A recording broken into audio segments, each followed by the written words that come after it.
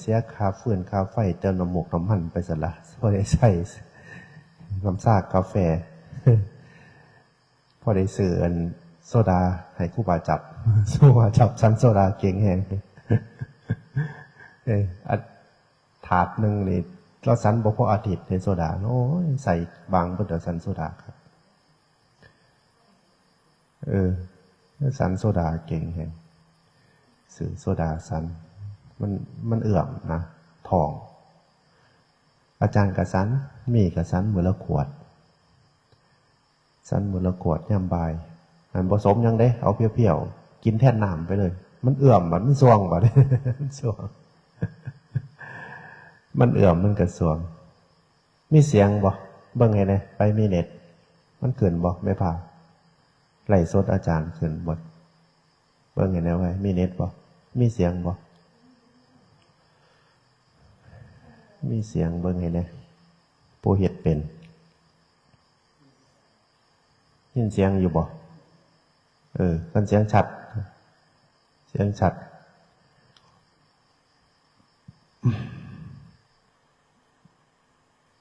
ในอีกเดือนหนึ่งขอพรรษาข้าวเดียวเนาะเกิดว่าข้าวเดียวกับข้าวเดียวเกิดว่าโดนกระโดนอยู่ดิ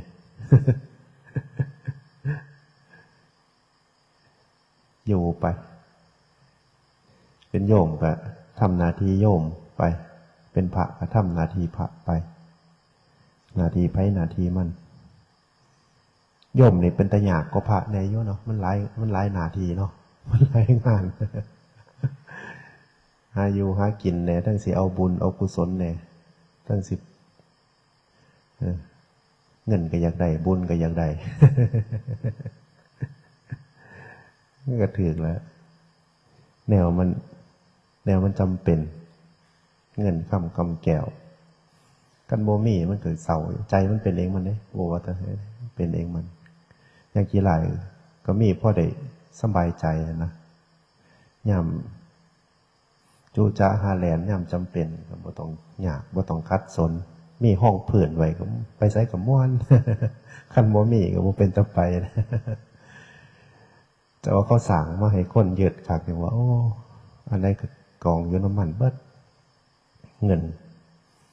กันว่าวัดกันว่าบุญกันว่าบุญกับไปวัดกันไปทำบุญบ่ไม่เงินหรือว่าสบายใจได้เนาะเขาเอาจกเงินก่อนเนาะไปใช้ก็ได้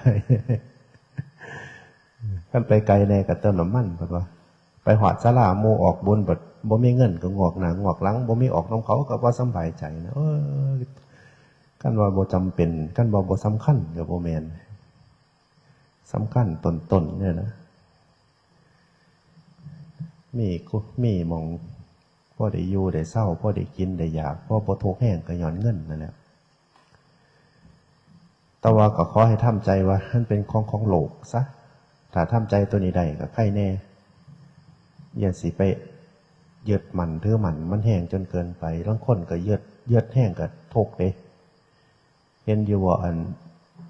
เถ่าอีหยังสมัยพุทธกาลนะเศรษฐีขี่นีแต่เนี้ยที่สดเลยนะเป็นขี่ขาถาดบริวารเป็นหามเกียนไปน้ำทางเป็นไปเห็นคนลูกน้องเพิ่นนั่นแหละพวกรับจ้างพวกยังเขาขี่ขนมกระเบื้องเขาใส่น้ำตาลใส่ยังบักไล่เขาเข็ดเบียดไม่เมื่อยก็มากินแสบๆเนาะเขาใส่เครื่องหลายๆนะมันหอมเตะดังเพิ่นเท่านั้นเป็นเศรษฐีเราอันนั้นเลยเรารวยระดับ80 โกดนี่แหละ80 โกดก็คัดเป็นกูเมอร์นี่ก็สิเป็นร้อยล้านบ่ละคือแต่ว่าเราขี่ที่นะบกาซื้อกินบกาใส่เงินนะมีความสุขมีเงินโยตัวข่อยหันบอกซื้อบ่ใส่นะมันไปเข่าเฝ้าพระราชากายทางไปเพิ่นเห็นพวกลูกน้องคนใส่แรงงานเขากีขนมกระเบื้องกินปัดพวกนั้นปัดใส่แรงงานปัดมักกินตัวละเขาสังเกตลงไปยังคนใส่แรงงานนี่บัดย่ำกินนี่มันเป็นพระราชาคนได้ขนมกันขั้นเป็นอันพวกกินเลี้ยงกันอาหารกับเต็มโตเห็นบ่ย่ำเขา เขาเลิกงานหรือว่ายามเขาสังสรรค์กันเขากินกันนะเขาสังเกตบางคนบ้านเฮาบ่เต็มเด้คนรวยเขาพวกเจ๊กพวกจีนเขาบ่กินปานนั้นเด้ เขากินยอมๆเนาะเห็นกินเป็นมันเตะหัวดังเป็นอยากลบเมื่อเพิ่นก็ให้เมียเพิ่นสั่งเมียเพิ่นเฮ็ดขนมนี่ให้แน่เพิ่นว่าขนมกระเบื้องกีให้แน่เพิ่นว่าเพิ่นไปเห็นนั่นคนนำทางกินเพิ่นอยากเพิ่นเตะหูดังเพิ่นเมียเพิ่นก็คิดว่าผัวรวยเพิ่นก็โอ้พอดีเลยทำเราเป็นเศรษฐีเราก็ทำเยอะๆเพิ่นว่าทำแล้วก็แจกประชาชนไปด้วยเพิ่นว่าโอ้ยไม่ได้เพิ่นห้องใส่พวกนั้นมันมีปัญญาหากินอยู่ให้มันหาสื่อกินเองให้กินเองเพิ่นนะเมียมันก็เลยว่าเอาถ้างั้นถ้าไม่แจกประชาชนก็เอาแจกข้าทาสบริวารในบ้านเราก็พอว่าโอ้ยไม่ได้เพิ่นว่ามันทำงานได้เงินอยู่ให้มันไปหากินเองเพิ่นว่ากลับเขามากเอาข้าทาสบริวารไม่ได้ก็ทำเผื่อแจกลูกแจกหลานแจกคนในครอบครัวเราโอ้ยไม่ได้อยากกินโยหันขี่ทีบ่กล้าบ่ได้เมียเพิ่นก็โอ้ยจังไดนอบ่ได้เอ้าไม่งั้นก็ทำกินสองสามีภรรยาเราว่าซั่นทำเอาเครื่องเยอะๆอร่อยทำกินสองสามีภรรยาเพิ่นว่าเกิดอยู่ข่าวนึงโอ้ยเธอจะกินทำไมฝัดเมียก็สิบ่ให้กินโอ้ยขี่ที่แห้งเลยเธอจะกินทำไมว่าฉันเป็นคนอยากฉันเป็นคนสั่งนะฉันกินคนเดียวเมียเกาหัวหยอกเลยบ้านนี้เมียสิไปเฮ็ดบ้านนี้กับไปหาอันบอกเมียไปหาขูดเอาน้ำตาลเพิ่นอยากได้น้ำตาลไปหาขูดเอาติดกระทะเก่าๆนั่นมานี่บ่ซื้อไปหาขูดเอา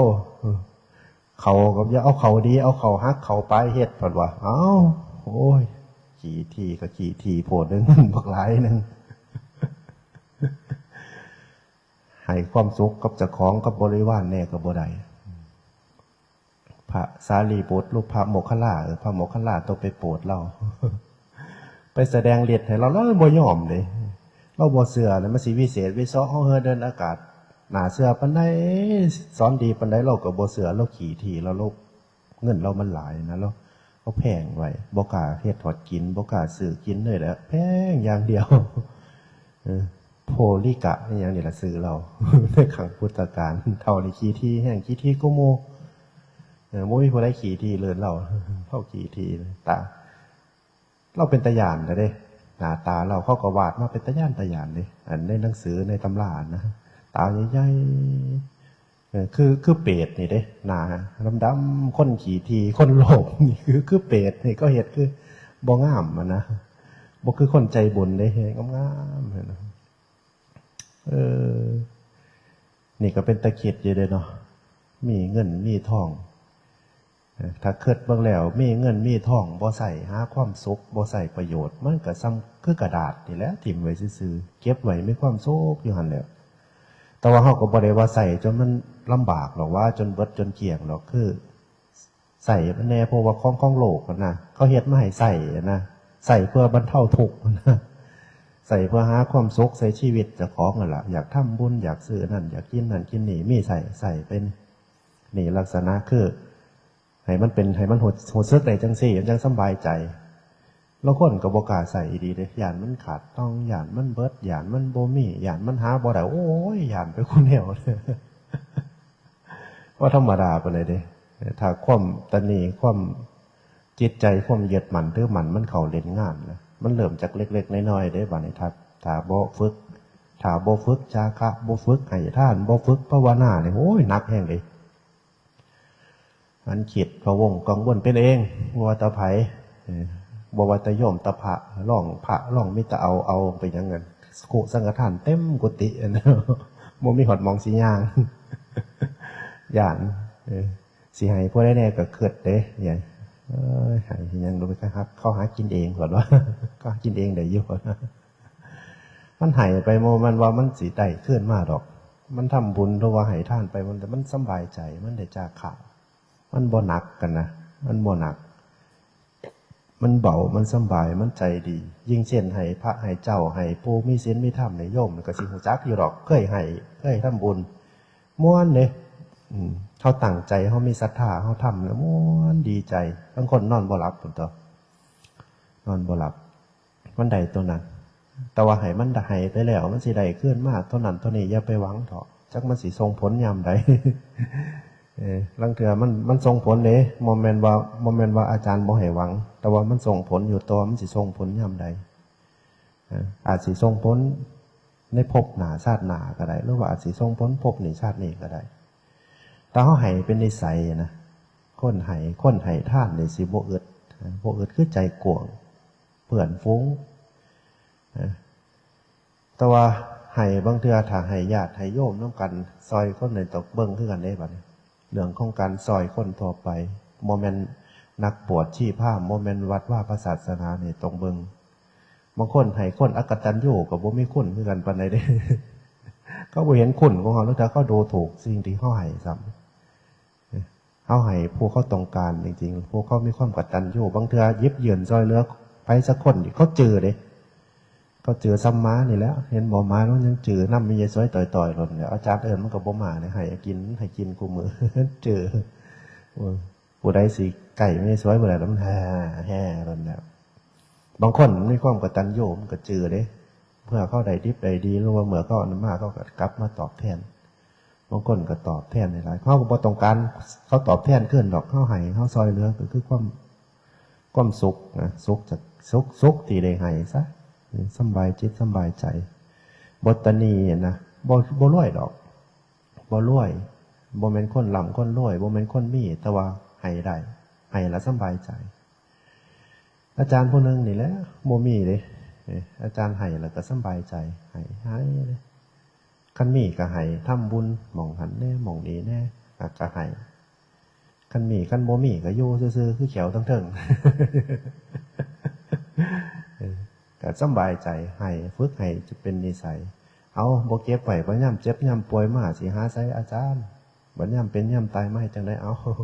บ่ได้เกิดไปปานนั้นบ่ได้เกิดไปปานนั้นเกิดอยู่ให้เฉพาะหน้าแล้วก็สบายใจไป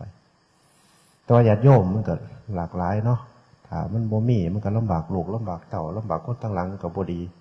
มันก็ต้องวางแผนส่วนเก็บส่วนทำบุญส่วนใส่ส่วนยังก็ต้องมีเป็นแผนของไปของมันนั่นแหละแต่ว่าก็ลำบากจังหนึ่งอยู่เด้อคืดหลายก็ลำบากจังหนึ่งอยู่เด้หาเงินบ่ท่านใส่ละคนก็ได้เพราะว่ายังให้ยังล่ะเอาเงินไปฝากไว้ตอนตายนะยานมันบ่มีเงินทำศพรู้จังไรก็บ่จักยานบ่มีคนเบิ่งยานบ่มีคนมาหากินมาทานนำตายไปแล้วก็แล้วอยู่ผู้ตายแต่ว่าผู้ยั่งเขาก็เกิดนำคือว่านะลูกเต่าเราล้านลังคนเขาก็หนาใหญ่ใจโตเนาะ เขาก็บ่สบายใจเด้ถ้าบ่มีหมู่มีพวกบ่มีคนมาการมางานบ่มีคนมาให้กำลังใจเขาก็บ่สบายใจแต่ว่าซาอาจารย์นี่ห่วยขั้นร้อยเผาใดร้อยเผาหล่นแล้วไม่ทราบผู้ใดเลยบ่ต้องมาตักมาแต่งให้มันยากถ้ามันพร้อมก็คือจูดเจ็บกระดูกซักอนิจจาไปความดีทำไปเต็มที่แล้วบ่ต้องไปเฮ็ดตอนตายให้มันยากนี่ก็เฮ็ดบ่มีก็บ่ต้องเฮ็ดนะถ้ามีเงินมีคำอยู่แล้วให้ทานก็ดีคือกันคือจังเขาเฮ็ดเห็นบ่คนตระกูลที่เขามีทรัพย์มีสมบัติเขาก็ทำบุญเห็นบ่หน่วยงานนั้นหน่วยงานนี้มองหันมองนี้ถ้ามีให้ก็ให้ไปคือถือว่าให้ท่านนะวัดนั่นแน่วัดนี่แน่ถ้าเป็นคนวัดคนว่าเขาสิเน้นวัดเห็นบ่ไปวัดธรรมเขาสิเห็นประจำเห็นบ่17 วัดว่าซั่นมารับทานว่าซั่นเขาก็ไปออกไปลาบบางคนก็ให้โรงเรียนให้ศูนย์เด็กให้กลุ่มในบ้านนะให้นี่คือทำบุญทำทานถ้ามีพอให้ได้ก็ให้ถ้าบ่มีก็บ่ต้องไปค้นคว้าหามาให้มันบ่มีจะสิไปยืมมาให้ เอา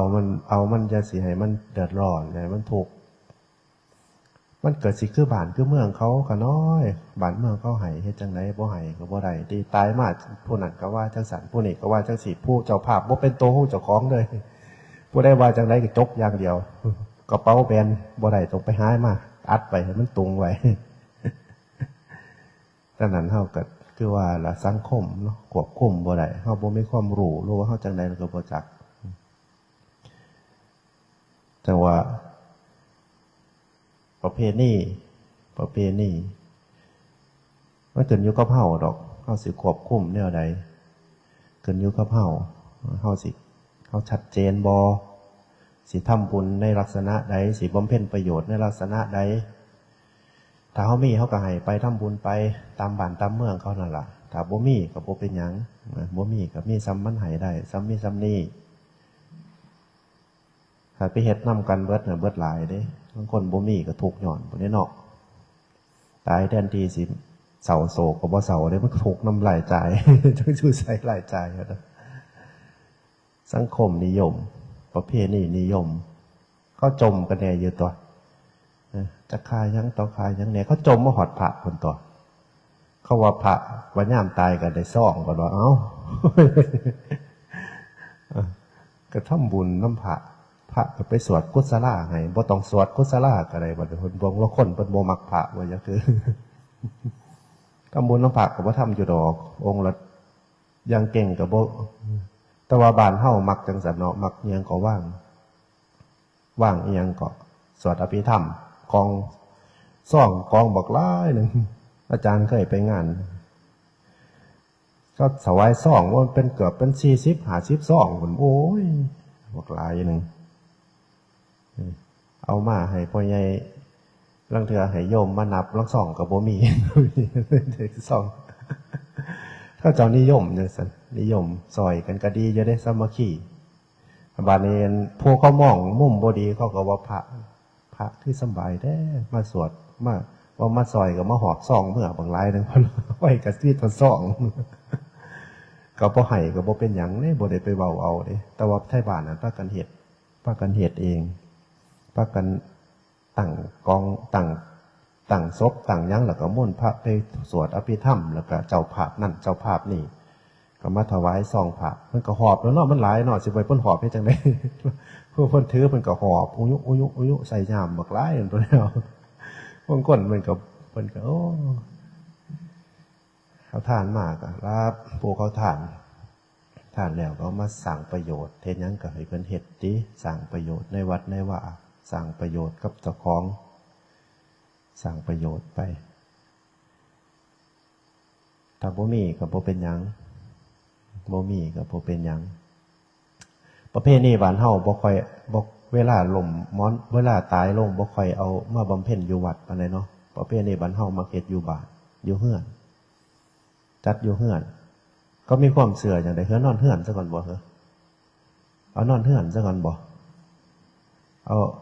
พ่อแม่รู้ว่าเป็นผู้ใดกลุ่มม้อนนอนเสือลงเอานอนเฮือนทั้งภาคกลางภาคยังเขามักเอาเขาวัดเลยเอาเขาศาลาเลยเขาวัดเลยแล้วย่อมวัดบางคนเขาก็นิยมเอาไว้วัดคือกันวัดสายวัดป่านิยมเอาไว้วัดมันสะดวกหลายอย่างสะดวกสถานที่สะดวกครูบาอาจารย์สะดวกในการบำเพ็ญกุศลเอาไว้บ้านลังบ้านโมเมนต์บำเพ็ญกุศลเดี๋ยวบำเพ็ญบาปบ้านไปยังก่อเพิ่นเอิญเป็นบำเพ็ญกุศลหรอเพิ่นประกาศวันนี้สวดอภิธรรมบำเพ็ญกุศลให้นายโน้นนายนี้นะเราเบิ่งแล้วมิตรบาปบ่รวยบ่จักไห้โลกบ่จักเหล่ายาปลาปิ่งบ่จักโอ้ยกูแนวเต็มไปต่อยบำเพ็ญกุศลเพิ่นว่าเอามาวัดป่ะโหโยบางประเภทนี่บางบ้านเขาเว้าไว้วัดพอยังเขาย่านเขาบ่ได้เล่นย่านเขาบ่ได้กินย่านบ่ได้เล่นบ่ได้กินเอามาวัดส่วนมากสายวัดป่าคือจังนอนสวรรค์วัดธรรมจังสิโยมวัดส่วนหลายเขาสิเอาไว้วัดเลยตั้งบำเพ็ญอยู่วัดเลยพระก็สบายของพระเพิ่นก็อยู่วัดอยู่แล้วยังมื้อแลงมากก็สวดมนต์ทำวัดฟังเทศน์ฟังธรรมสวดกุศลาแล้วก็เมื่อก็นอนอยู่วัดเฝ้าอาหารการกินก็เฮ็ดอยู่วัดอยู่โรงครัวเฮ็ดขนมข้าวต้มเฮ็ดก๋วยจับก๋วยเตี๋ยวเฮ็ดเลี้ยงกันขึ้นจะขึ้นก็ว่ากันไปมันก็ง่ายกว่ากันบ่จะว่าเอาไว้เฮือนแต่มันคือเป็นตะยากบ่จักห้ามเต็นห้ามเตียงบ่จักโอ้ยสมบ่เลเทนพอเอาโลดพากันยาก มีวัดไม่ว่าใส่วัดให้มันสะดวกให้มันสบายให้มันง่ายซะให้มันง่ายครูบาอาจารย์ก็ลังบ้านลังเฮือนเลยก็หวานอมขมเกินเด้ตะกี้โยไปพักอยู่น้ำอาจารย์วัดผู้เจียวงานศพเฮือนลังเฮือนย่ามฝนเฮือนเพิ่นกับมันกับบ้อนแหลวเนาะเจือนกับเจือนน้ำกับถ่วมมองนั่งกับบ่มีโอ้ยจังสิมุ่นไปสวดมุ่นโอ้3-4 สวดแล้วว่าจะกินยังก็กินยังข้าวไปเบิดกลุ่มถีบอยู่น้ำก็เจือนฝนก็ตกโอ้ยจะเป็นอุกมันดีเอามาวัดอาจารย์ก็บ่อยเขาบอกว่าเขาบ่มาสิไปส่วนเขาให้เขามาจังไดพุ่นก็แม่นของเราอยู่ตัวนี้ก็แม่นของเราอยู่แต่ว่าเจ้าอาวาสเนี่ยมันสามารถคอนโทรลได้นะให้คำแนะนำโยมได้นะ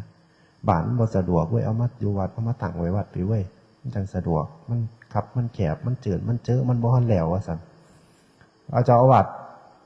ประธานสงฆ์เจ้าอาวาสบ่ปากเขาก็บ่กล้าได้เนาะโยมก็ได้เขาก็เกรงใจคือกัน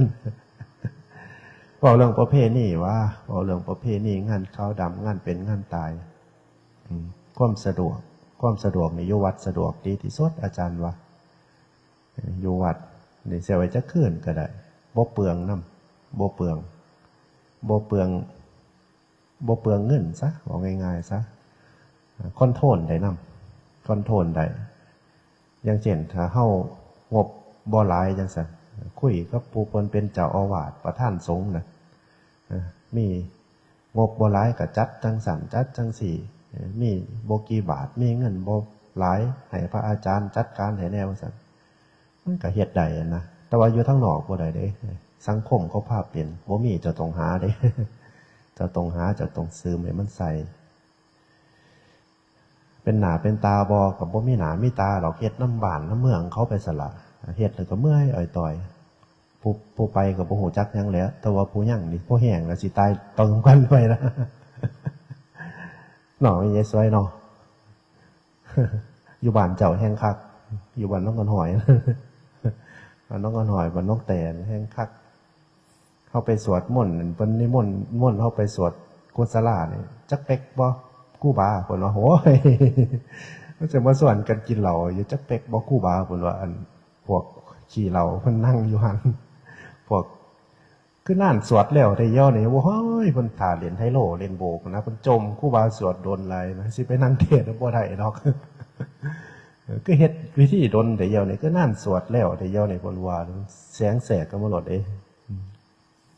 พวกขี่เหล้าเมายาพวกมักเล่นจักสิเอาจริงเอาจังยังเนาะเราบ่เกิดเห็นบาปเห็นบุญเห็นคุณเห็นโทษเลยเนาะบ่ฮู้ก็บ่ฮู้เอียงหายเด้เกิดมาเป็นคนพบพ่อพุทธศาสนาก็ดีบ่ฮู้ผิดฮู้ถูกบ่ฮู้บุญฮู้บาปเพิ่นว่าเพิ่นเป็นบุญเด้นั่นอันเพิ่นไปงานเฮ็ดดีนั่นไปเล่นไฮโลไป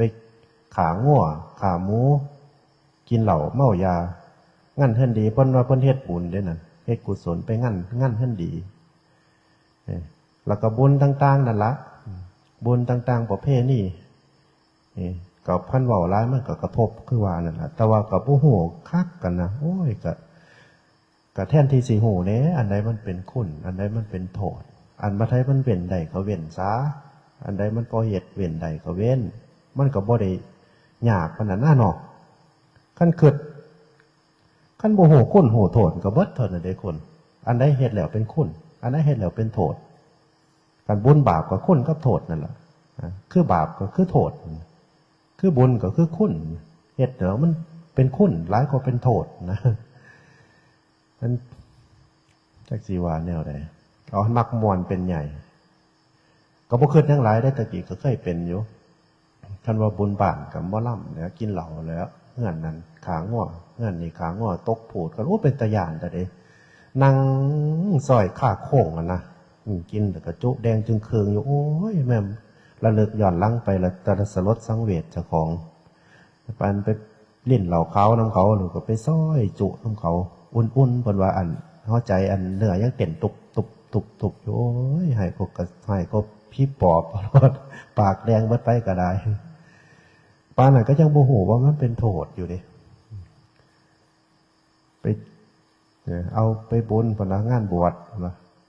เอาง้อจักโตเนี่ยคนว่าไปเอาแมนมาขาลูกมัน เอามางานบวชคนว่าสีมาขาโอ้ยมันละแลนง้อยงง้อหน่อยก็หน่อยตะกี้มันแลนหาแม่มันเอาแม่มันมาขาใส่งานบุญ โอ้ยเกิดย้อนหลังไปก็เป็นตะยานเป็นตะเป็นบาปเป็นกรรมอยู่หรอกเป็นโทษเป็นไผ่อยู่หรอกใครแน่จะคล้องบทไปเหตุน้ำเขาอาจสิพี่ส่วนหล่นได้น้อย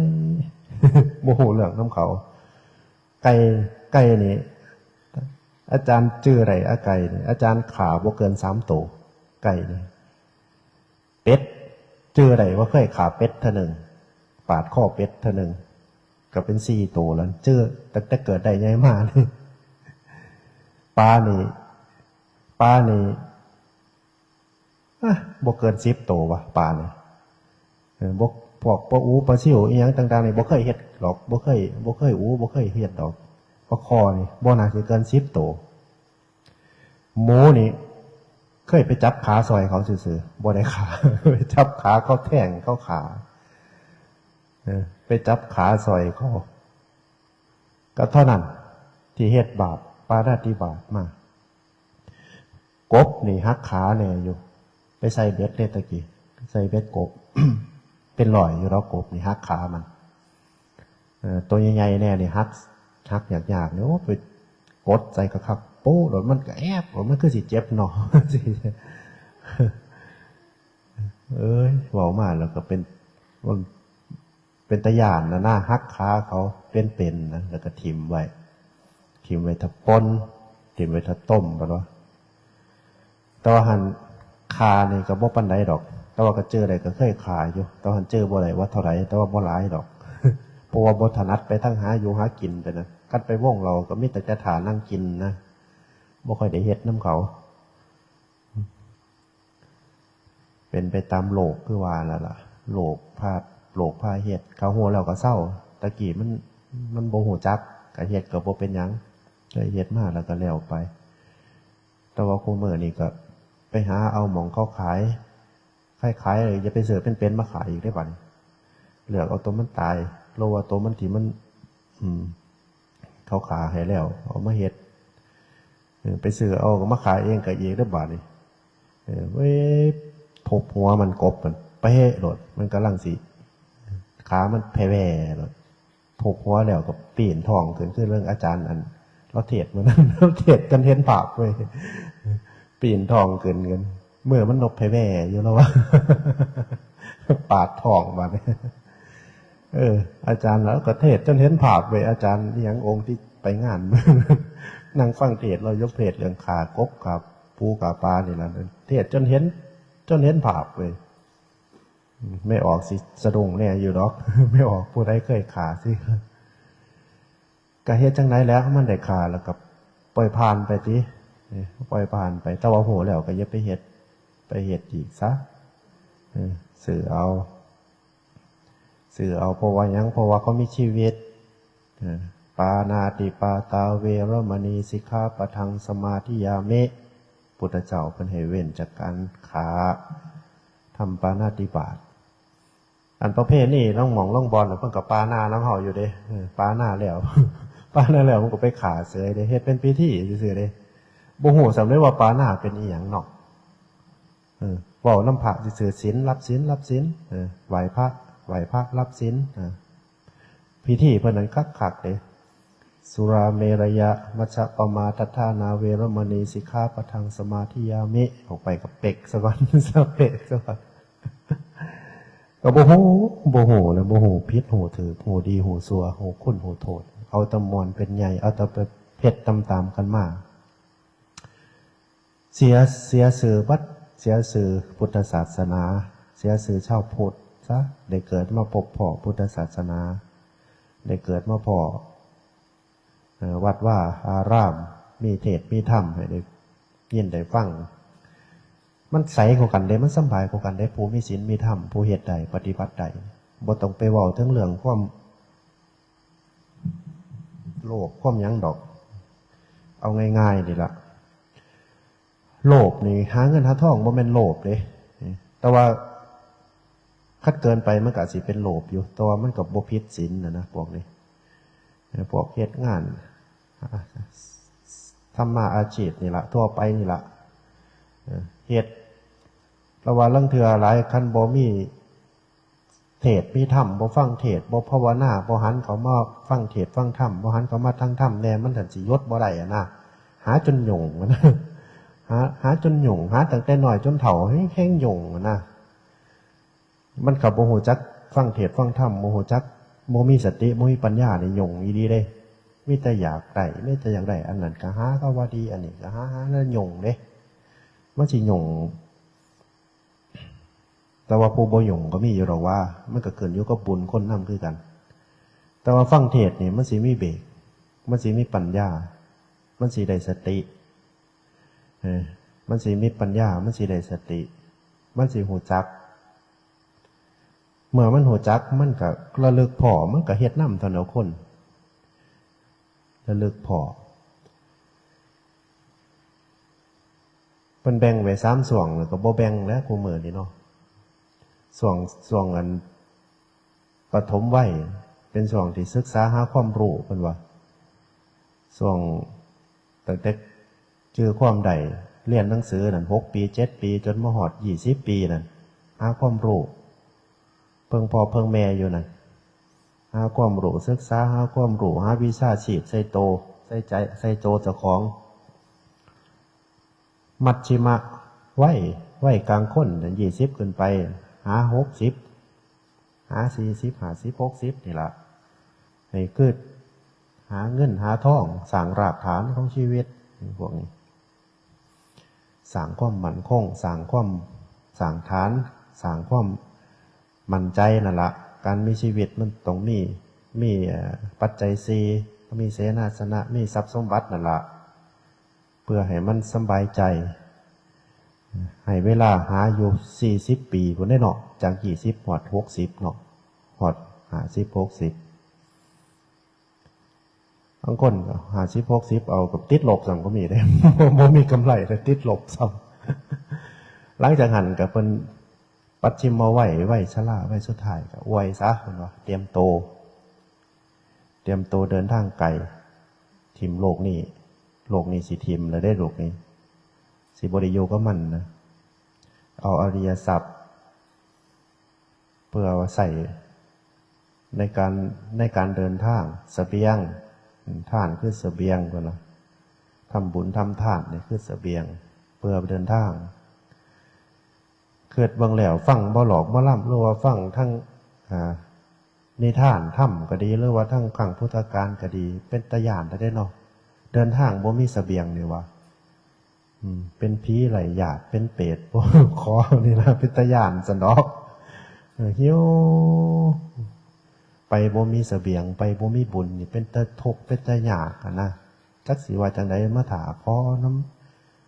น้ำคนเขาทำบุญน้ำลูกน้ำเต่าเขาต้องเถื่อเขาก็เฮ็ดแน่บ่เฮ็ดแน่ได้ก็เพราะว่าเป็นแบบมันเป็นของเจ้าของเฮ็ดไว้นะมันถาอาศัยเขาก็สิซ้ำเฮาหาเงินหาทองนี่แหละถ้าขอกับผู้อื่นก็บ่คือเจ้าของหาได้เองได้เนาะถ้าเขายืนให้แล้วเขามีให้ก็จังได๋นะมันเขาบ่มีให้ก็บ่ได้ใช้แล้วถ้าตั้งแต่ขอเขานี่ก็บ่ได้ต้องหาได้เจ้าของเองมันก็จังสบายใจได้หน่อยได้หลายก็คือเจ้าของหาได้เองได้หาได้เซฟก็คือเป็นน้ำหักน้ำแรงเจ้าของเองมันก็มั่นใจสบายใจกันบุญคือกันอริยทรัพย์เตรียมเฮ็ดรักษาศีลประพฤติปฏิบัติเพิ่นพาเฮ็ดบุญเฮ็ดศีลเฮาก็เฮ็ดอย่าถิ่มอย่าป่า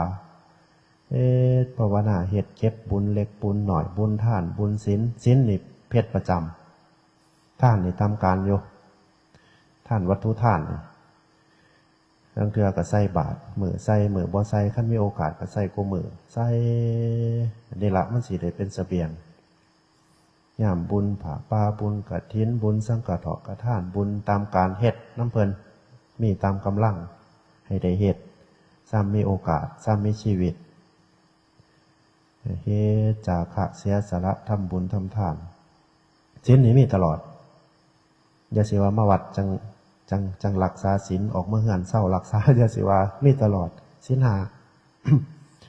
ถ้าเก่งศีล 8ถ้าเก่งถ้าบ่ได้ก็คือศีล 5ไม่ออกบางคนเขารักษาศีล 8เลยก็มีเด้ไม่ออกจำศีลนี่แหละออกจากวัดเขาก็รักษาศีล 8ไปเลยบ่กินข้าวแล้งบ่นอนน้ำผัว 2 อย่างเท่านั้นละบ่แต่งโตวอยู่ไผอยู่มันเท่าละอยู่ห้องพระห้องเจ้าไปเจริญสติรักษาศีลหลายๆเนี่ยมันสติมันกระชับกว่ารักษาศีลหน่อยอยู่เด้รักษาศีลหลายๆเนี่ยเท่าแล้วมันพอเฮ็ดได้อยู่ดอกศีล 5ก็ได้มันสิบ่ได้ข้อใดเท่าอายุปานนี้ล่ะขาก็คือสิบ่ขาดอกฟังเทศน์ฟังธรรมอยู่ปานนี้แล้วยังขาอยู่ซั่นบ่หลักก็คือสิบ่มีดอกให้บุญมาวัดมาว่าเฮ็ดบุญเฮ็ดทานปานนี้ยังสิร้อย สิหลักของเขาอยู่อันเรื่องพวกผู้ผิดในกรรมบ่ต้องไปเว้าถึงเลยบ่แม่นเด็กน้อยบ่แม่นวัยรุ่นวัยหนุ่มวัยสาวอันโมสาบ่โมสานี่ก็ตั้งใจตัวอยู่บ่ลางเทื่อมันบ่ได้ไปตัวไผปานนั้นนะอยู่เฮือนอยู่ซ่านซื่อๆบ่สิไปตัวผู้ใดเอาความสัตย์ความจริงกินเหล้าเมายาบ่ต้องมีศีล 5บริสุทธิ์แม่นเนาะบ่ยากเลยเนาะศีล 5นี่เนาะบ่ยากมันพร้อมในการเฮ็ดอยู่แล้ว มันพร้อมในการเฮ็ดอยู่แล้วมันมีผู้เผยเป็กอยู่นี่ก่อนกินก่อนนอนก่อนกินข้าวเป็กจักเป็กเป็นยานี่บ่ได้เด้แต่ว่าหลายๆก็บ่ได้มันสิติดบ่หยังดอกบ่สู้เลยดีกว่า เห็นบ่หลวงปู่หลวงตาเพิ่นมาบวชพอได้กินข้าวแซ่บขาน้อยเพิ่นว่าพี่พระพุทธเจ้าอนุญาตอยู่เพิ่นว่าอนุญาตเพิ่นเครื่องแก้ว องค์คุลีเพิ่นอนุญาตบ่ได้กลิ่นบ่ได้รสเด้เพิ่นอนุญาตให้สมกับอาหารสมกับพวกเป็นยานะกันคือไปดมกันคือสมน้ำจังซี่กันไปดมได้กินสุรานี่ก็บ่ได้กันไปเอาเข้าปากได้กินได้รสสุรานี่ก็บ่ได้สมได้แต่ว่าให้บ่ให้ได้กลิ่นบ่ต้องให้ได้รสนี่เราเอาเต็มที่จนเตะหูดังอนุญาตเพิ่นว่าฉันน้ำดองยังก็เพิ่นน้ำยาดองเพิ่น ตีไปเป็นเหล่าไปเลยผู้เฒ่าฉันแล้วก็เฮ็ดเวียกเลยว่าเลือดมันแล่นนะเลือดสูบฉีดเลือดมันแล่นฉันแล้วมีแห้งฉันแล้วก็สูบยาฉันเหล่า ฉันไปฉันมามันลวงที่เนาะมันบ่แม่นหน่อยไปเรื่อยได้อันของม่วนนี่มันสิหยามไปเรื่อยสิหยาบไปเรื่อยแล้วก็ฉันร้ายไปเรื่อยจากแก้วนึงเป็นขวด100จากขวด100 2ขวด100เป็นขวดใหญ่เท่านั้น เมาเกียกอยู่ก็มีมันผู้เฒ่าผู้ชายมักกินอยู่แล้วผู้หญิงบ่ปานใดดอกเคยกินเหล้าอยู่บ่มีสวยตั้งแต่เป็นโยมเคยกินอยู่บ่เคยเลยเนาะโอ้เป็นผู้หญิงนี่ก็บ่กินเหล้าเนาะ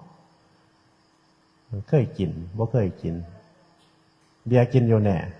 บ่เคยกินเหล้าเราบ่เคยกินกินเบียร์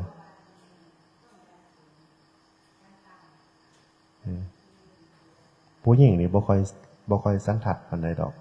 บ่ค่อยกินปานใดดอกเหล้าเบียร์บ่คือผู้ชายนี่เฒ่าบ่ได้ก็กินเด้เฒ่าบ่ได้ก็กิน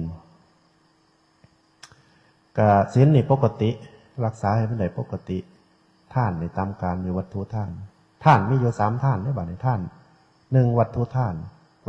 นี่เฮ็ดยากแน่เพราะยังต้องมีพระต้องมีของทานเฮาเตรียมทานอย่างเช่นข้าวปลาอาหารต่างๆปัจจัยเงินทองอย่างต่างๆแล้วก็มีศรัทธาเฮาก็พร้อมด้วย3อย่างก็มีเฮามีของทานเอามีผู้รับทานการให้เพิ่นจังสิสำเร็จอนุโมทนาสาธุให้พรยะถาสัพพิก็ว่ากันไปกับทานอย่างนึงคือหาอภัยทานตัวนี้อภัยทานกับบำเพ็ญเนี่ยเล็กๆน้อยๆก็อภัยกันซะเอาจริงเอาจังน้ำกันเลยเถาะบ่ยอมมึงนะมึงมาเฮ็ดให้กูมาว่าให้กูบ่ยอม ทุกข์ได้น่ะทุกข์เจ้าของบ่ได้ทุกข์ผู้อื่นเด้ผู้คู่กรณีเขาบ่ทุกข์เด้ทุกข์เจ้าของแล้วมันคาใจมันมาเฮ็ดให้เฮาเสียเงินเสียทองเสียทรัพย์เสียนั่นเสียนี่เสียอกเสียใจเสียความรู้สึกย้อยพยาบาท อภัยทานนี่สำบายเฮ็ดแล้วก็คือกรรมเขาเฮาเฮ็ดก็คือกรรมเฮาเกิดจำนั่นนะถ้าเข้าใจเรื่องนั้นก็สำบายอภัยมันโกรธหูอยู่หรอกไผก็มีเบิดอาจารย์ก็โกรธนั่นล่ะคันผู้ใดมาด่าก็สิโกรธอยู่หรอกก็สิเครียดอยู่หรอกเกินข้าวนึงได้สติก็สิสร้างเขาไปพอกันเจอกันก็ทำใจให้เป็นปกติก็สำบายเฮาสำบายบ่ได้พยาบาทบ่ได้ติดอกติดใจบ่ได้แค้นนอนบ่หลับโอ้ยนักอยู่เด้อตัวปอกอภัยบ่เป็นนี่เด้อเนาะเจอเรื่องนักๆเข้าไปนี่นอนบ่หลับย้อนนี่เครียดกูสิบ่มาเผาผีมึงกูสิจังสั่นกูสิจังสี่กูสิโอ้ยเครียดนอนรับตาลงบ่ได้คิดฮอดบ่ได้ตำหัวใจอยู่ตึงอยู่เครียดแห้งเครียดหลายโอ้เป็นตะทุกข์แห้งพวกนี้จริตมาแนวใดบ่โทษซะจริตจังได๋พวกนี้บ่ยอมปรงบ่ยอมบ้างบ่ยอมอภัยผู้อื่นยังไข่อยู่พี่กับน้องนี่สำคัญพี่กับน้องเครียดในกันนะพ่อกับแม่ลูกกับพ่อลูกกับแม่คนในครอบครัวนี่เครียดเลยโมเมนต์นิทานในเรื่องอีหลีเลยเรื่องอีหลีเลยเครียดเอาจริงเอาจังเอาเป็นเอาจริงเอาจังจังว่าพุทธเจ้าเพิ่นว่างประเพณีไว้อย่างหนึ่งสิให้ปรงสิให้อภัยใดคือทำพิธีขอขมาสามีจิกรรมเห็นบ่ในพรรษาอาจารย์สิมักไปขอขมาครูบาอาจารย์ย่ำวันนั้นวันนี้ขอขมาพ่อแม่พี่น้องขอขมาอ้ายขอขมากันนะเห็นบ่หลวงพ่อเพิ่นเทศน์มื้อนั้นไปวัดปะขอเคยเฮ็ดประมาทล่วงเกินโดยกายก็ดีโดยวาจาก็ดีโดยใจก็ดีระลึกได้ก็ดีเลิกบ่ได้ก็ดีขอให้อโหสิกรรมให้อย่าคิดโกรธโทษเครื่องถึงกันและกันเลยเห็นบ่เคยเครียดเคยเต็มอกอยู่กับปากเลยตัวนี้คันได้เว้าคันได้ทำพิธีกรรมตัวนี้ก็ความสามัคคีก็เกิดขึ้นความสบายใจก็เกิดขึ้นพิธีกรรมตัวนี้ดีเป็นอริยประเภทนี้ทำขอขมาจังหวัดสิบวชพ่อสิบวชให้ขอขมาพ่อแม่เพิ่นแล้วพี่น้องไร่น้องนะผู้ใดเคยเฮ็ดกรรมเคยมีบาปมีกรรมเดียวกันนะเคยเกลียดเคยจองเว้นจองไผ่มาให้เบิดมาขอขมากัน เขาบวชเฮ็ดปีใหม่สงกรานต์วันสำคัญต่างๆร่วมญาติขอขมาพ่อแม่มันสิบ่เป็นบาปเป็นกรรมเดียวกันโยนำกันก็สบายใจเวลาตายไปมันก็บ่ติดใจไปนะดีอยู่ได้ประเภทนี้ตัวนี้พากันเฮ็ดพากันทำเขาวัดฟังธรรมสอนให้พากันเฮ็ดพากันทำดีอยู่มันก็สิได้ลดการบาดหมางจิตใจกันบาดลดเด้ถึงขันหายเลยล่ะถ้าเฮ็ดตัวนี้ได้ขอขมากรรมขอขมาทำสามีจีกรรมสำคัญคนในครอบครัวเขานั่นแหละเหตุก็อยู่วัดนี่ครูบาอาจารย์เห็นบ่ไปขอกันผู้ใหญ่ขอผู้หน่อยขอผู้ใหญ่ขอขมาผู้ใหญ่ก็ยกโทษให้ผู้ใหญ่เพิ่นก็เว้าคือกันเด้ผมเคยประมาทพลาดพลั้งต่อท่านก็ขอให้พวกท่านอโหสิกรรมให้ผมเพิ่นก็เว้าคือกันเด้มันก็โอ้ดีเป็นอย่างในประเภทนี้ตัวนี้อภัยทานพากันบำเพ็ญพระราชาเป็นยังบำเพ็ญเห็นบอกผู้ใดติดกบเพิ่นว่าอภัยเห็นบอกติด10 ปีอภัยเหลือ5 ปีเห็นบอกติดไปติดมากกับโตกับใจเป็นคนดีเพิ่นก็อภัยให้วันเกิดเพิ่นแน่วันนั้นวันนี้แน่วันสำคัญแน่เพิ่นก็อภัยเห็นบอกอภัยทานบำเพ็ญอภัยทานเด้มันก็สิได้เฮานั่นล่ะได้บุญอีกจังนึงก็ธรรมทาน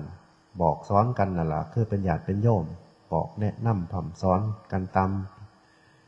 มฐานะซะแม่บอกลูกตักเตือนกันสามีภรรยาถ้ามีคุณธรรมตัวนี้ก็สู้กันโดยพาสุขโดยความสบายใจโดยความพาสุข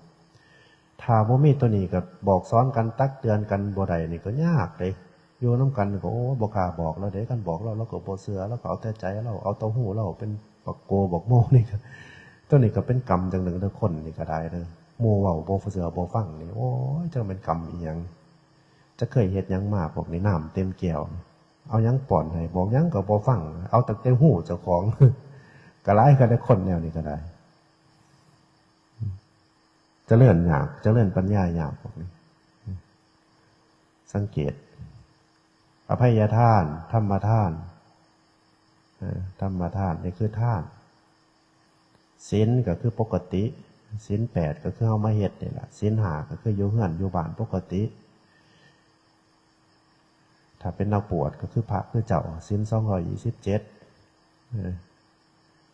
ก็ตามฐานะสำคัญกับภาวนาเฮ็ดไปนำภาวนาคือทำสมาธินั่นล่ะสวดมนต์ทำวัดแล้วก็เจริญปัญญาไปนำเด้ทำวัดกับตัวแปรนี่ก็พิจารณาไปนำชราธัมโมหิชรังอนัตติโตเรามีความแก่เป็นธรรมดาจะล่วงพ้นความแก่ไปไม่ได้โอ้อีหลีตัวนี่แม่นคักเลยไผสิล่วงพ้นไปได้เสื้อเต็มจิตเต็มใจคือว่าเป็นธรรมดาคนเฮาเกิดก็ต้องแก่พยาธิธัมโมหิพยาทิงอนัตติโตเรามีความเจ็บไข้เป็นธรรมดาจะล่วงพ้นความเจ็บไข้ไปไม่ได้ว่าซั่นโอ้ยแผ่นอีหลีตัวนี่มันเสื่อเลยมันได้แปลนะคันบ่ได้แปลบ่ฮู้เด้ตะกี้อีหยังเนาะชาราธัมโมหิชรังอนัตติโตพยาธิธัมโมหิพยาทิงอนัตติโตถ้าแปลมันฮู้จักนะฮู้จักว่าตัวนี้แปลจังสันแปลจังสีภาวนาไปนำทำความเข้าใจไปนำตัวนี้คือสวดมนต์คือภาวนาให้เจริญปัญญาให้มันหูเหตุหูผลให้มันหูนะเพราะศาสนาเขาเป็นศาสนาแห่งผู้รู้เด้โมเมนต์ศาสนาแห่งผู้มืดผู้หลงให้มันหูจักคำแปลคือมันพาสวดอย่างอันอานาปานสติเห็นบ่นั่นวิธีทำเลยนั่นตั้งกายให้ตรงดำรงสติให้มันลมหายใจเข้ายาวนั่งที่แรกมันก็ลมหายใจเข้ายาวให้มันมีระลึกรู้ได้ว่าลมหายใจเข้ายาวแล้วลมหายใจออกยาวผ่อนคลายสั่นก็หูยาวก็หูเกิดยั้งก็หูสังขารปรุงแต่งยั้งก็หูนั่มความหูนะ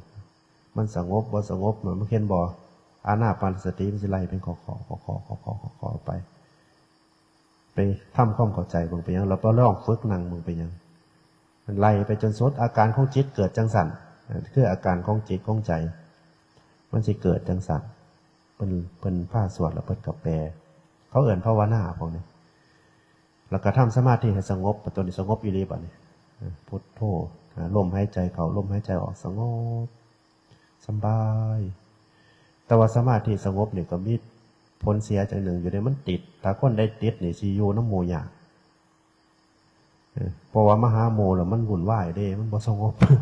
มันตรงนี้ไปผู้เดียวพอโมบ่ได้พวกติดความสงบนี่ออกมาหาโมทั้งนอกบ่ได้เขาป้าเขาดงหมุนป้าหมุนดงไปเลยแล้วสงบพอซ้ำหนึ่งแล้วก็มาเจริญปัญญาให้มันโหเท่าท่านกองสังขารซะกองสังขารคือมีความคิดนึกปรุงแต่งแล้วก็มีสังขารคือความนี่แหละความแก่ความเจ็บความชรานี่แหละให้มาพิจารณาโหตัวนี้นะโหเพื่อยังเพื่อให้มันยอมรับเพื่อให้มันบ่ถูกแห้งเฮาก็สิบ่ได้โลภบ่ได้โกรธบ่ได้หลงเฮาก็สิบำเพ็ญทานศีลภาวนาบ่หลงเอาได้เฮาไปสิว่ายังเฮาก็ฮู้เดี๋ยวไปสิพาไปกราบให้เฮาบ่ไปแล้วเฮาฮู้แล้วไปสิพาไปกราบไปอ่อนวอนไปขอนั่นขอนี่บ่ไปเชื่อการกระทำเชื่อคำสอนของพุทธเจ้าบ่ได้หลงนะบ่หลงนี่เขาข้าไปกราบพวกใหม่ก็ไปกราบน้องเขาก็ไม่ไปกราบเรื่องกงไปกราบพญานาคแน่ไปกราบยังเขาก็หลงตัวนั้นดิหลงไปเป็นเบื่อเขาไปเป็นลูกหนองเขาซะ เขาก็เพื่อเขานั่นแหละเขาก็มีความกลัวอย่างหนึ่งเด้พอเราเขาไปกราบหรือว่าเขาไปเหตุได้สิ่งใดเขาก็อาศัยหนึ่งความกลัวโรคภัยไข้เจ็บกลัวเรื่องของชีวิตจังสันจังสีเขาจังไปกราบเราไปขอนะในเขากลัวมีความกลัวเป็นที่ตั้งพยาคตามีความกลัวมีความอยากได้บอกมีความอยากได้ก็ไปกราบเหมือนกันเด้กราบพวกก็ขอ3 โตเนี่ย4 โตเนี่ยถือรางวัลเนี่ยนี่คือความอยากได้นี่คือความอยากได้เข้าไปเฮ็ดเพื่อความอยากได้มันก็ตัวเฮ็ดน่ะมันได้อยู่ ตบกราบตัวทำบุญนั่นเฮาได้บุญเฮาได้กราบได้อ่อนน้อมถ่อมตนได้บุญอยู่แต่ว่าตัวอยากมันเป็นแบบเป็นผลลบอันนี้มันเป็นลบมันก็เลยเฮ็ดมันก็เลยบ่ได้เท่าที่ควรถือได้เงินได้คำมากก็สิมาทำบุญนั่นล่ะคะน้อยมันก็ดีปานนั้นตัวก็ดีอยู่แต่ว่าผลลบมันผัดมีนะมันผัดมีคือมันอยากตัวมันจังไปขอไปอ่อนวอนขอกับบำเพ็ญนี่มันต่างกันอยู่เด้พุทธเจ้าเพิ่นบ่ได้ขอเด้เพิ่นตั้งจิตอธิษฐานปรารถนาสิเป็นพระสัมมาพุทธเจ้าเพิ่นก็บำเพ็ญมาตั้งว่า4อสงไขยกับกำแสนมหากัปพุ่นเด้บ่แม่นว่าขอให้ข้าพเจ้าอนาคตข้างหน้าได้เป็นพุทธเจ้าเด้อแล้วก็นอนถ้าเป็นพุทธเจ้าบ่แม่นเด้เพิ่นบอกบำเพ็ญทานบารมีศีลบารมีเนกขมะบารมีเมตตาบารมี10เป็นบ่บำเพ็ญมาตลอดเห็นบ่จนมาศาสตร์สุดท้ายเห็นมาเกิดเป็นนั่นกันหาสาลีเห็นบ่อันมาเกิดเป็นกษัตริย์นั่นท่านลูกกันโอ้ยตัวนี้แล้วตัวมันเฮ็ดยากบ่ท่านก็บ่ได้เพราะว่าหยังเพราะว่ามันเป็นเพิ่นสิเป็นพระสัมมาสัมพุทธเจ้ามันต้องสละเลือดเนื้อตัวนี้ท่านเลือดนั่นซ้ำหลายกว่าแม่น้ำมหาสมุทรท่านดวงตานั่นหลายกว่าดวงดาวในท้องฟ้าเพิ่นท่านมานั่นให้ดวงตาให้เลือดให้เนื้อนั่นบัดสุดท้ายสิเป็นศาสตร์สุดท้ายในการบำเพ็ญทานบารมีเพิ่นนั้นท่านลูกกันหาสาลีเพิ่นว่าตะกี้อาจารย์เบิ่งหนังหน่อยๆบ่ฮู้จักนำเขาดอกกันที่ต้นเป็นที่ต้นเขาสู้ศกไปเอานั่นอันถ้าเป็นคนเจ้าเฮาเจ้าข่อยก็ว่าโอ้ใจดำเนาะพอใจดำนะให้ท่านลูกก็บ่เลี้ยงเอาทั้งที่เพิ่นเป็นกษัตริย์ที่เพิ่นยังท่านเพิ่นก็บ่ได้ทุกข์บ่ได้ยากเพิ่นก็ท่านเพื่อหยังเพื่อเพิ่นเป็นโพธิสัตว์บำเพ็ญท่านตัวนี้เพื่อสิเป็นพระสัมมาสัมพุทธเจ้าก็มีชาติหนึ่งเพิ่นบำเพ็ญเป็นอันเพิ่นเกิดเป็นอันพระเตมีใบนึงโอ้ยตัวนี้ก็ไปฟังไปอ่านเบิ่งโอ้เป็นตะเงิดเด้ออดอยู่16 ปีอดบ่อยากเป็นกษัตริย์แล้วมันสิได้เฮ็ดบาปเพิ่นว่าโอ้ยตัวนี้ก็ยอมใจอีหลีบ่ธรรมดาเด้ปรารถนาแล้วเขาเอาหมดแดงมากัดกระเซยบ่ติงบ่ปากเขาเอาอีหยังมาหยั่วมาหย่วนกระเซยขนาดแม่มากก็ยังบ่ปากบ่เว้านำแม่เด้โอ้บ่ธรรมดาปานใดเด้อจิตใจมันสิเข้มแข็งส่ำใดความอดทนสิสูงส่ำใดกว่าสิได้เป็นพุทธเจ้าเพิ่นก็บำเพ็ญเอาว่าซั่นเด้เพิ่นบ่ได้ไปขอให้เป็นพุทธเจ้าแล้วก็นอนถามบ่แม่นบำเพ็ญเอาบ่แม่นน้อยๆนะบำเพ็ญเสียสละแต่ละชาติเพิ่นนั่นชาติหนึ่งอันเกิดเป็นกษัตริย์นั่นตัดผมคันพอผมงอกขนาดผมสิออกบวชเลยนะโอ้ตัวนี้ก็บ่เป็นแนวง่ายเด้เนาะเห็นผมงอกเส้นหนึ่งออกบวชเลยถิ่มทรัพย์สมบัติออกบวชเฮาบ่ถิ่มหัวมันหน้ากำลังเป็นกษัตริย์มันละสบายปานนั้นเงินค่ำกำแก้วบริวารเอกราชมันก็หลายอยู่เนาะออกนอนกลางดินกินกลางป่าจนมาศาสตร์สุดท้ายเพิ่นออกบวชแล้วก็ประพฤติปฏิบัติจนเป็นพระพุทธเจ้าตัวนี้ก็บ่ง่ายเหมือนกันเด้ตอนศาสตร์สุดท้ายเพิ่นเป็นเจ้าชายสิทธัตถะนี่บำเพ็ญนักคือกันม่านมาคัดมาขวางบำเพ็ญทุกกิริยาบำเพ็ญสมาธิโอ้กูแนวโอ้ยบ่แม่นแนวง่ายคือกันเฮาก็เฮาเฮ็ดนี่ล่ะเฮาปรารถนาหยังเฮาก็บำเพ็ญเอาปรารถนาทรัพย์สมบัติก็จะหาแล้วตัวนั้นถ้าปรารถนาทรัพย์สมบัติก็ต้องหาให้ทานแล้วก็หาไปนำเลยให้ทานไปนำหาซื่อๆให้บ่ให้ทานแล้วเทื่อมันก็บ่สำเร็จคือกัน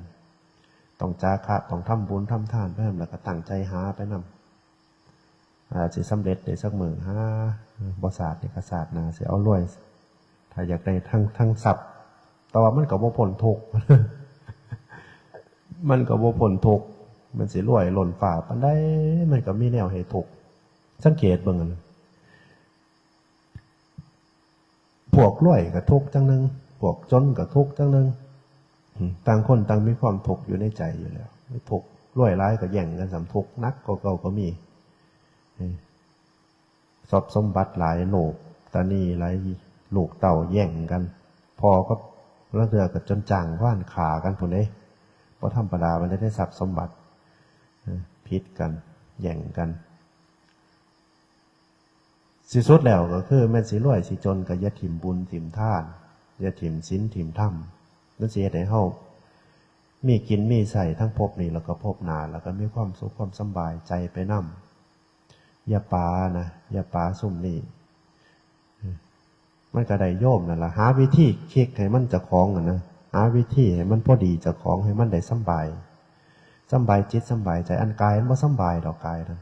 ไม่มีไผสบายกายดอกสบายได้ชั่วครั้งชั่วคราวเท่านั้นให้ใจมันใจมันเบามันสบายมันปลอดมันโปร่งมันซ้อมันใสอ่ะนะกายนั้น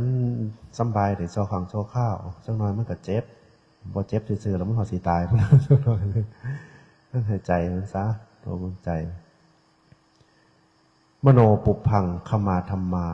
มโนเศรษฐามโนมยาเป็นอย่างวันนี้ใจมีธรรมทั้งหลายมีใจเป็นใหญ่มีใจเป็นประธานธรรมทั้งหลายจะสำเร็จได้โดยใจ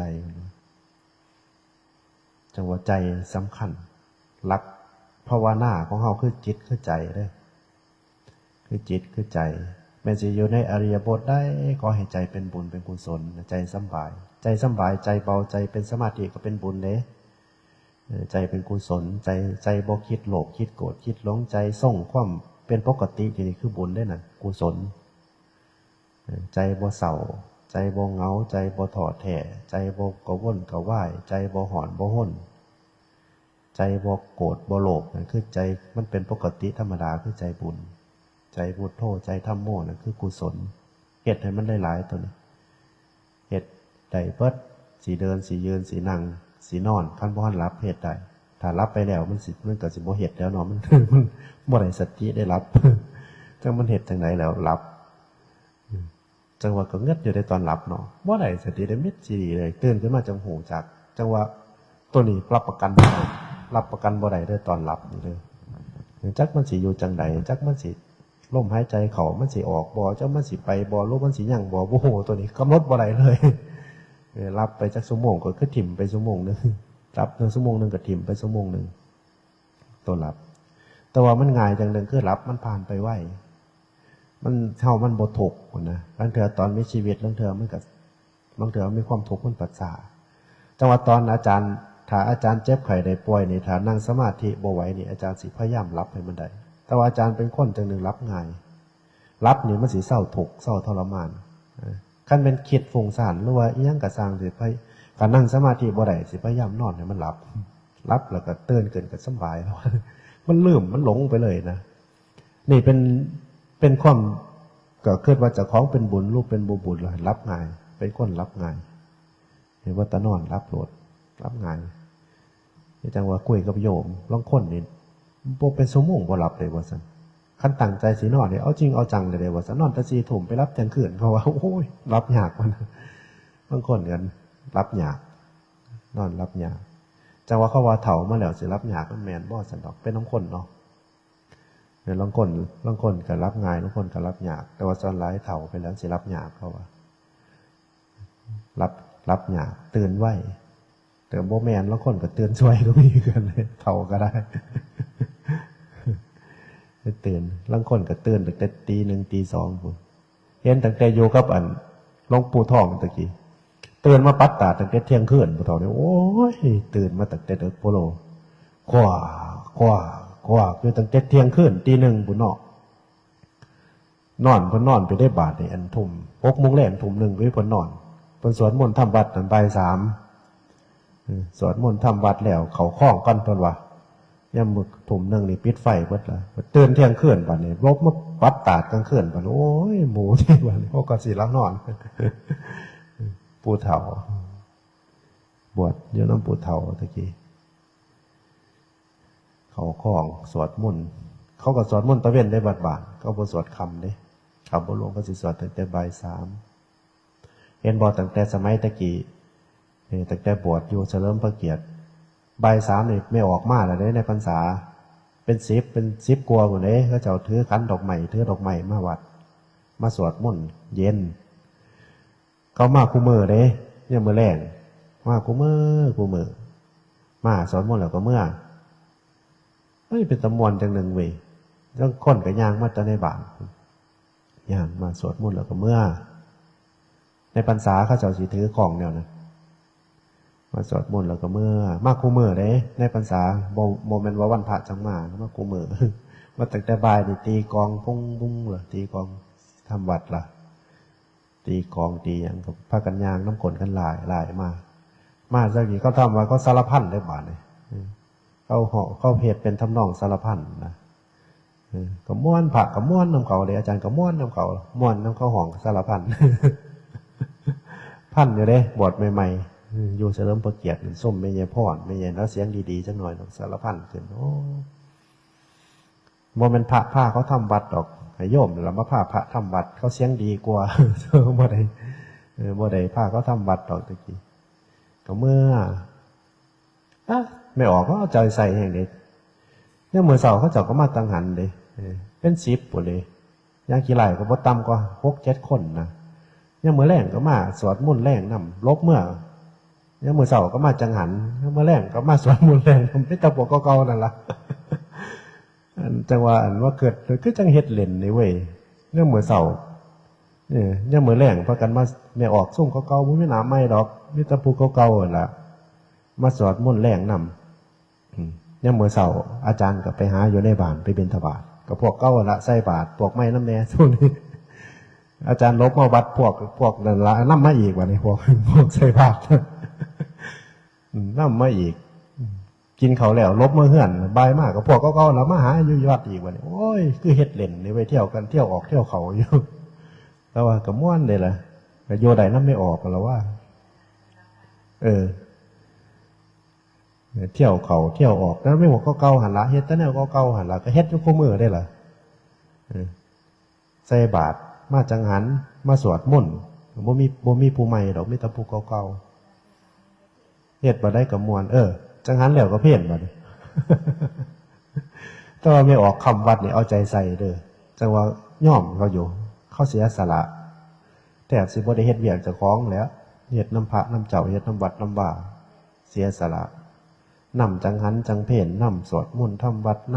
ำตะกี้มันถอดบ่ได้ไปไสเขาคู่มือนี่บ่ค่อยไปไสดอกอยู่วัดไผอยู่วัดมั่นสวดมนต์เฮ็ดหยังก็สร้างกิจกรรมส่วนหลายก็อยู่วัดไผอยู่วัดมั่นคู่มือนี่แล้วโอ้ยมันละไปแล้วก็ไปหากันแล้วก็ไปหากันไม่บ่ทนเงินทนค่าน้ำมัน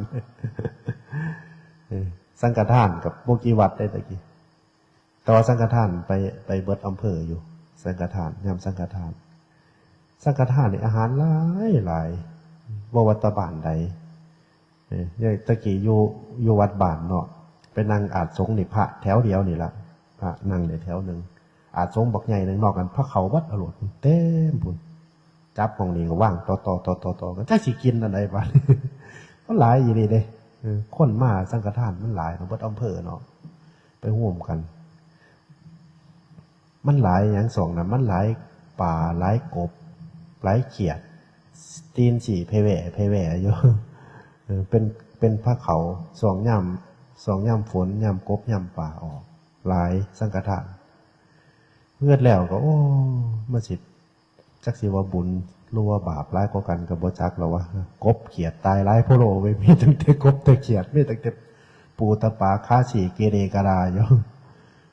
ปานเนี่ยก็ยังเอาบุญให้กันอยู่ว่าสนะกินเขามันเป็นกูเป็นกบกูบอกเอาไปให้เราเว้ยกูสิจองเวทมันเบิดถึงผ่าถึงโยมเอากูมากินคักโพโลโมเมนต์หน่อยๆเราบอกหลาย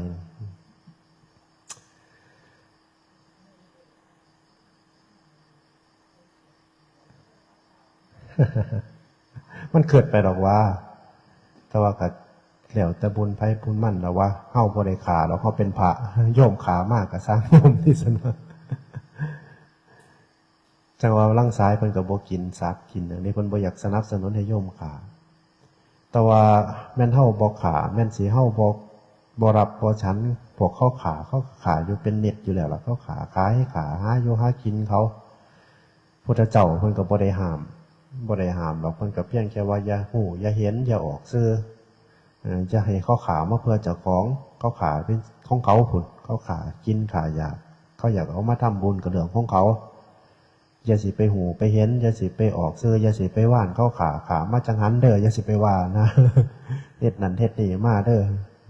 มื้อนี้อยากกินต้มปลาไว้เอามาแน่เว้ยจังซั่นบ่ได้จังซั่นเพิ่นห้ามจังซั่น ห้ามบอกห้ามออกสื่อห้ามเหตุเป็นนิมิตให้เขาขามาเพื่อตนแต่เรื่องเขาเหตุมาทางหนอเขาบุหูจักเขามาเขากระลับไว้กินแน่บ่กินแน่ก็กินซ้ำมันกินนั่นล่ะซ้ำกินได้นั่นล่ะบ่ได้กินเอาจริงเอาจังไปได้หรอกกินสัตว์ก็ได้ก็กินซ้ำบ่พอกินซ้ำพอประทังชีวิตไปมันมีสั่งมันมีอย่างคู่มือมันหลายอยู่หรอกคู่มือนี่เลือกแหละบ่ได้บ่กินกับบ่เป็นหยังกินปนกินแจวกินกินแนวมันเป็นเผิดเป็นหยาไปของมันหลายเอาเนาะเอาไล่กับเมื่อยเอาละเมื่อนี้บ่เบาโดนดอกเอาพอดีพองามไม่ออกอนุโมทนาสาธุนำทุกผู้ทุกคนสวดมนต์ทำวัดตั้งแต่เสาร์ผลมาตั้งแต่เสาร์มาวัดมาว่าตั้งแต่ใส่บาตรผลมาทำบุญทำทานทำพิธีกรรมเดินจงกรมนั่งสมาธิสวดมนต์ทำวัดฟังเทศน์ฟังธรรมอนุโมทนาในเจตนาเป็นบุญเป็นกุศลของญาติของโยมขออ้างเอาคุณพระรัตนตรัยคุณพระพุทธคุณพระธรรมคุณพระสงฆ์คุณงามความดีที่ญาติโยมได้กระทำบำเพ็ญไว้ดีแล้วในอดีตชาติก็ดีในปัจจุบันชาติก็ดีว่าเป็นตบะว่าเป็นเดชะกษัตริย์ปัดเป่าทุกโศกโรคภัยทั้งหลายทั้งปวงให้หายไปขอความสุขสวัสดีพิพัฒน์รัตนมงคลสมบูรณ์พูนผลขอความปรารถนาสิ่งหนึ่งประการใดถ้าความปรารถนานั้นเป็นไปโดยศีลประกอบด้วยธรรมก็ขอความปรารถนาของญาติโยมจงสำเร็จทุกท่านทุกประการเถิดกราบ3 เทื่อ